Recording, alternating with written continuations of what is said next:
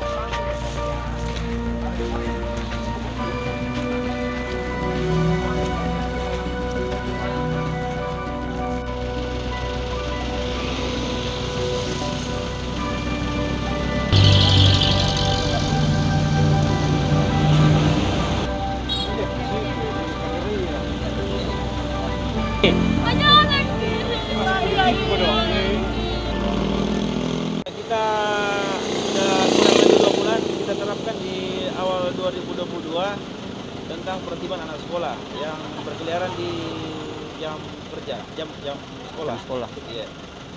Lokasinya sendiri difokuskan di mana? Sementara ini kita fokuskan di taman-taman siswa, Taman Turatia, di Bintang Karaeng, dengan yang ada di kafe-kafe yang nongkrong di pinggir jalan itu. Apakah operasi ini akan tetap dilakukan atau diberlakukan setiap bulannya atau setiap hari?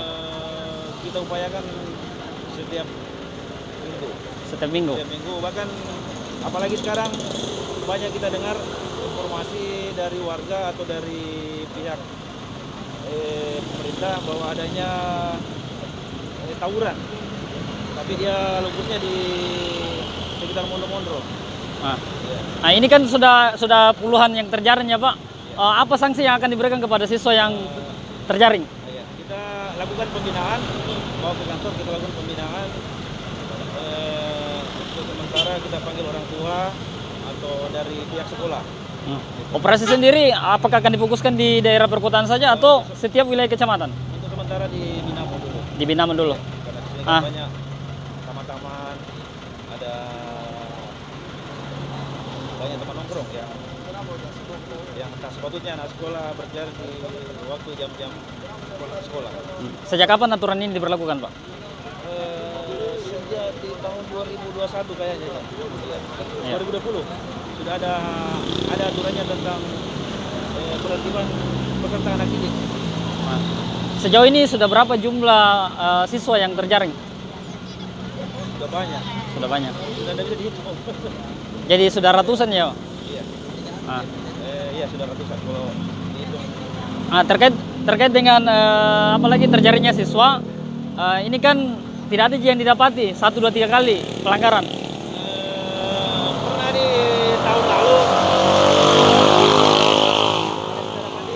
Misalnya digusur, rokok, lem-lem, bahkan pernah kita dapatin udah tahu 1 tahun 2 tahun yang lalu alat kontrasepsi. Nah itu kita hindari.